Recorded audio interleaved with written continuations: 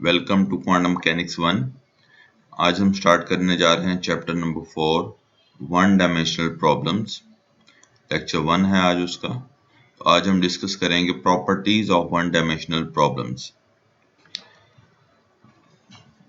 One dimensional motion जो है, इसका मतलब यह है कि जो पार्टिकल है वो किसी एक स्पेसिफिक डायरेक्शन में मूव कर रहा है, either along let's say x axis और वाई एक्सिस। ठीक है, यहाँ इस चैप्टर में वैसे हम नॉर्मली जो डिस्कस करेंगे वो हम डिस्कस करेंगे कि पार्टिकल जो है उसकी जो वन डायमेंशनल मोशन है वो अलोंग एक्स एक्सिस है। So to study the dynamical properties of single particle moving in one dimensional potential, let us consider a general potential v of x। तो ये v ऑफ x एक general potential है। ठीक हो गया। अब ये जो पोटेंशियल है ये फाइनाइट होता है। This potential is finite at x approaches to plus minus infinity, v minus infinity v1 and v plus infinity v2। तो अब ये देखें कि ये फॉर एग्जांपल अगर हम लेफ्ट साइड पे देखें तो ये बेसिकली माइनस इन्फिनिटी पॉइंट होगा और ये जो है ये प्लस इन्फिनिटी पॉइंट है। ये x लिखा होगा, इसको इन्फिनिटी कर लें, दिस इज प्लस इन्फिनिटी। तो वो ये कह रहे हैं कि पोटेंशियल जो है वो फाइनाइट है, मींस कि उसकी कुछ स्पेसिफिक या लिमिटेड वैल्यूज हैं in the x approaches two plus minus infinity, कि अगर हम माइनस इन्फिनिटी की तरफ जाएंगे तो इसकी खास लिमिट है कि पोटेंशियल यहाँ तक ख़त्म हो रहा है, लेट्स से इस पॉइंट तक, तो ये फाइनाइट हो गया। और प्लस इन्फिनिटी पे जाएंगे तो ये वो पॉइंट है कि आप देखें कि इस पॉइंट तक जाकर ये ख़त्म हो गया। तो इसकी वैल्यूज जो है वो फाइनाइट हैं। और वो क्या है कि अगर आप नेगेटिव इन्फिनिटी की तरफ जाएंगे, ठीक है, तो उसकी जो लिमिट आ रही है वो होती है v1। तो ये आपका v1 पॉइंट है। ये डॉटेड लाइन जस्ट गाइडलाइन के लिए शो की गई है। पोटेंशियल जो है वो आपका ये है, this one, it's coming down and then it's moving again towards right. ये सेंट्रल पॉइंट है, जीरो एक्सिस पॉइंट। तो ये जो रीजन है ये इसका आता है नेगेटिव एक्स में। तो यहाँ से लेट से पोटेंशियल शुरू होता है 0 पॉइंट से और नेगेटिव माइनस इन्फिनिटी की तरफ मूव कर रहा है और इंक्रीज कर रहा है और फिर मूव कर रहा है। तो यहाँ जाकर ये फाइनाइट हो गया। ठीक हो गया। तो ये v1 जो है ये फाइनाइट पॉइंट है in the negative infinite infinity point. और इसी तरह से जो प्लस इन्फिनिटी पॉइंट है वो ये प्लस इन्फिनिटी वो 0 से शुरू हो रहा है यहाँ and then it's moving straight up high and then again moving towards right. अब ये वो इसका पॉइंट आ गया जहां पर v2 की वैल्यू भी जो है वो खत्म हो जाती है। तो ये उसका पॉजिटिव इन्फिनिटी की तरफ उसका ये फाइनाइट पॉइंट है v2। It also has a minimum, इसकी एक मिनिमम वैल्यू भी है। ऑफ कोर्स जो लोवेस्ट पॉसिबल वैल्यू है वो ये वाला पॉइंट है जिसको हम क्या नाम दे रहे हैं जी, v मिनिमम का। ठीक हो गया। So in particular we want to study the conditions under which discrete and continuous spectra occur। तो हमने ऐसी कंडीशंस पढ़नी है कि जिसके अंदर डिस्क्रीट या कॉन्टिन्यूस स्पेक्ट्रा जो है वो क्रिएट हो सके और स्टेट्स को हम कंप्लीटली डिटरमिन कर सकें bye their size of energy. अब इसमें हम डिस्कस करेंगे कि सिस्टम जो है वो एनर्जी के पॉइंट ऑफ व्यू से डिस्कस किया जाएगा कि एनर्जी अगर स्मॉल होगी या लार्ज होगी पोटेंशियल से। तो ये ई लिखा हुआ है हमने और ये डॉटेड लाइन ड्रा की हुई है, ये पार्टिकल की एनर्जी का लेवल है। ठीक है, it can be anywhere in between up to from here to up to 0 point, तो कहीं भी हो सकता है। तो हमने जस्ट यहाँ गाइडलाइन के लिए हमने यहाँ पर इसको शो किया। अब इस फिगर को माइंड में रखना है, बाकी सारी एक्सप्लेनेशन आगे इसी की बेस पर डिस्कस होगी। तो फर्स्ट पॉइंट है जी डिस्क्रीट स्पेक्ट्रम यानी कि बाउंड स्टेट। बाउंड का मतलब होता है कि आपकी कोई बाउंड्री कंडीशंस अप्लाई हो रही हैं और आप बाउंड हैं, आपको फिक्स किया गया है किसी खास रीजन के अंदर। So bound states occur whenever particle is confined, confinement महदूद कर देना, और bound to move within a finite and limited region of space। ठीक हो गया। तो जो प्रीवियस फिगर अभी हमने डिस्कस की है 1.1, हम लेट से उसको नाम देते हैं। वो कहते हैं the motion of the particle is bounded between the two classical turning point x1 and x2। ये आपका x1 पॉइंट है, ये x2 पॉइंट है, इनको कहा गया क्लासिकल टर्निंग पॉइंट। ठीक है। तो वो क्या कह रहे हैं, वो कह रहे हैं कि आपके पार्टिकल की जो मोशन है वो बाउंड होगी between the two classical turning point x1 और x2 के दरमियान वो बाउंड होगी। कब होगी? when the particles energy lies between v minimum and v1।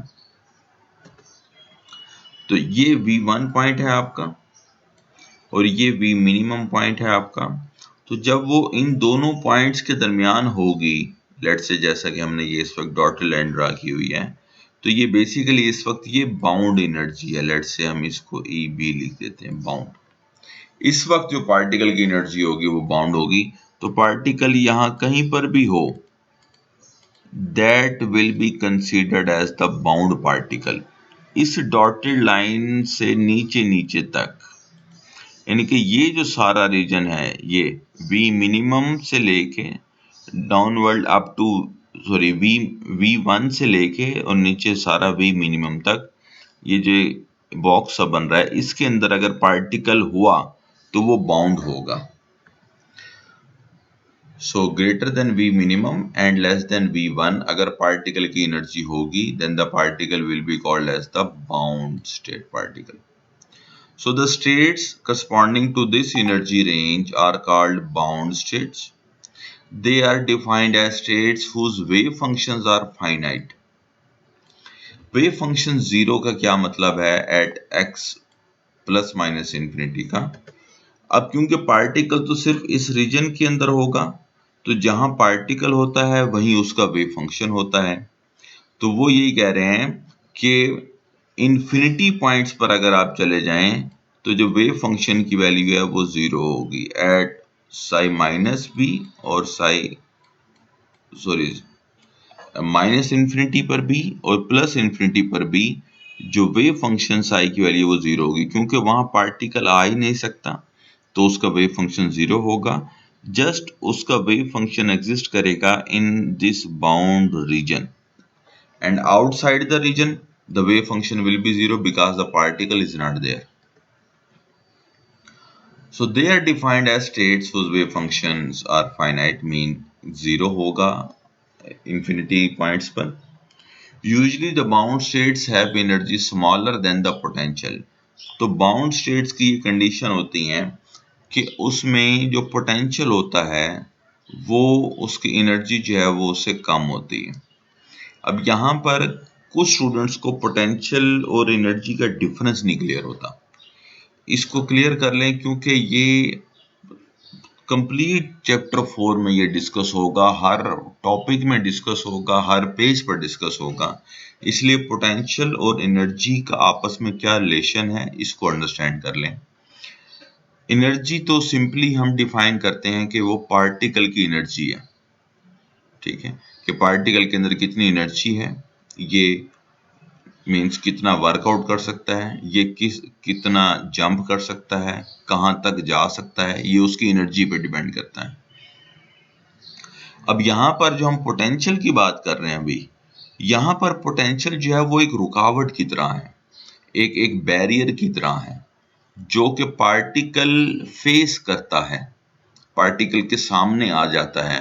For example आपकी एक खास स्पेसिफिक एनर्जी है और आप चलते जा रहे हैं और आपके आगे दरवाज़ा आ जाता है, लेट से 6 फुट का दरवाज़ा है और वो क्लोज है, वो ओपन नहीं हो सकता, तो आपकी एनर्जी, अब वो जो दरवाज़ा है वो आपके लिए पोटेंशियल हो जाएगा और आप उस पोटेंशियल को क्रॉस नहीं कर सकते, या आप उसको क्रॉस करें तो आप उसको यानी कि ओपन करना पड़ेगा, मीन्स कि आपको पोटेंशियल ही ख़त्म करना पड़ेगा, या फिर यह है कि आपकी एनर्जी इतनी हो कि आप उस 6 फुट के दरवाजे के ऊपर से जंप कर जाएं। ऑफ कोर्स आप एथलीट नहीं है तो आप ऐसा नहीं कर सकेंगे शायद। तो पोटेंशियल जो है बेसिकली वो इस चैप्टर में रुकावट की सेंस में डिस्कस होगा, ये आप ध्यान में रख लें। सो नेक्स्ट है जी continuous spectrum, which is also known as the unbound states. So unbound states occur in those cases where the motion of the system is not confined. तो अब अनबाउंड है तो वो किसी खास रीजन में उसको हम फिक्स नहीं कर सकेंगे। So a typical example is the free particle. अब ऑफ कोर्स जो फ्री पार्टिकल होगा वो अनबाउंड होगा। For potential displayed in figure 1.1 there are two energy ranges where the particle motion is infinite.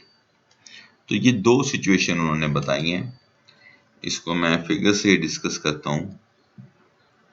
पहली जो स्टेट है वो कह रहे हैं कि पार्टिकल जो है वो अनबाउंड होगा अगर वो V2 और V1 के दरमियान हो, यानी कि इस रीजन में कहीं भी हो। ठीक हो गया। इस रीजन में अगर होगा तो वो अनबाउंड होगा सिर्फ एक कंडीशन पर या एक स्पेसिफिक डायरेक्शन में, और वो कौन सी डायरेक्शन होगी? It is the negative infinity direction. क्योंकि लेफ्ट साइड से देखें कि V1 जो पोटेंशियल था वो यहां पर खत्म हो गया।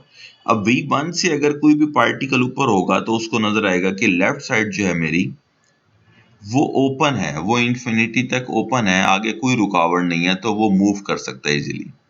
लेकिन अगर वो राइट साइड पर जाएगा तो देखिएगा कि सामने एक बहुत बड़ी दीवार उसके सामने खड़ी है पोटेंशियल की शक्ल में, तो वो ऑफ कोर्स क्रॉस नहीं कर सकता।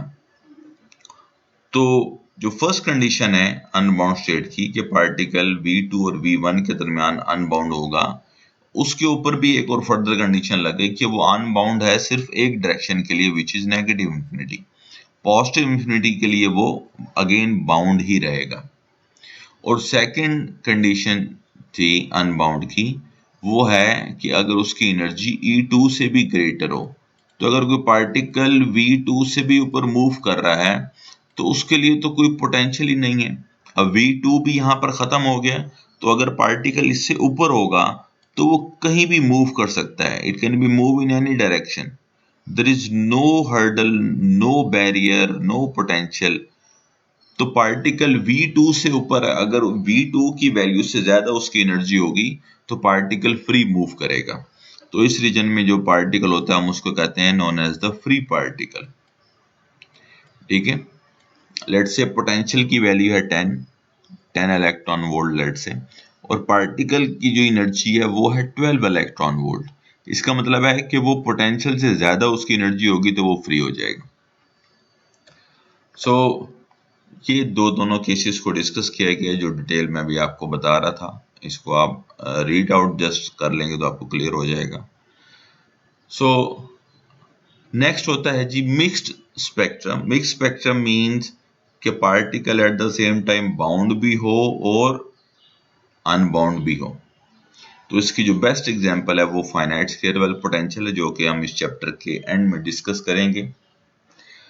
तो सिमेट्रिक पोटेंशियल और पेरिटी ये एक सब आर्टिकल सब सेक्शन है आप कह लें। So most of the potential at the microscopic level are symmetric, यानी कि इवन होते हैं with respect to space inversion, कि -x में जो होंगी उसकी वैल्यूज वो +x में भी वही पोटेंशियल की वैल्यू होगी। नॉर्मली ऐसा होता है। अभी जो हमने डिस्कस किया वो पोटेंशियल सिमेट्रिक नहीं था, क्योंकि आप देखेंगे उसकी -x की तरफ उसकी वैल्यू कम है और +x की तरफ उसकी वैल्यू देखें वो ज्यादा है, तो ये सिमेट्रिक नहीं था। बट नॉर्मली सिमेट्रिक होता है। वो कहते हैं जब v ऑफ x इवन हो तो जो हैमिल्टोनियन है वो भी सिमेट्रिक या इवन होता है। और बाउंड स्टेट्स जो हैं वो करस्पॉन्ड करती हैं नॉन डीजेनरेट स्पेक्ट्रम को, और जो एनर्जी आइगन फंक्शंस हैं वो सिमेट्रिक पोटेंशियल के लिए भी सिमेट्रिक होते हैं और एंटी सिमेट्रिक होंगे अगर उसकी वैल्यूज ऑड आएंगी तो।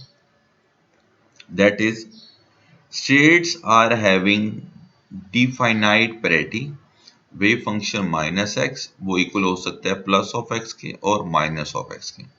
So one wave function can be in the both direction, you can say that. So for states corresponding to degenerate spectrum, the eigenfunction for symmetric potentials are expressed in terms of even and odd states, that is states do not have definite parity. Parity operator chapter 2 में हमने पढ़ा था जो कि position in the x and negative directions को उसको define करता है। तो ये सिमेट्रिक पोटेंशियल्स के लिए भी सेम कंसेप्ट यूज होगा, तो इसको जब हम आगे डिस्कस करेंगे तो क्लियर हो जाएगा। So thank you very much for today's lecture. आज हमने चैप्टर 4 स्टार्ट किया from our book quantum mechanics 1। तो आप इसको ऑर्डर कर सकते हैं फ्रॉम दिस मोबाइल नंबर, आप होम डिलीवरी के लिए भी ऑर्डर कर सकते हैं। So thank you very much for your time and comment below if you have any question.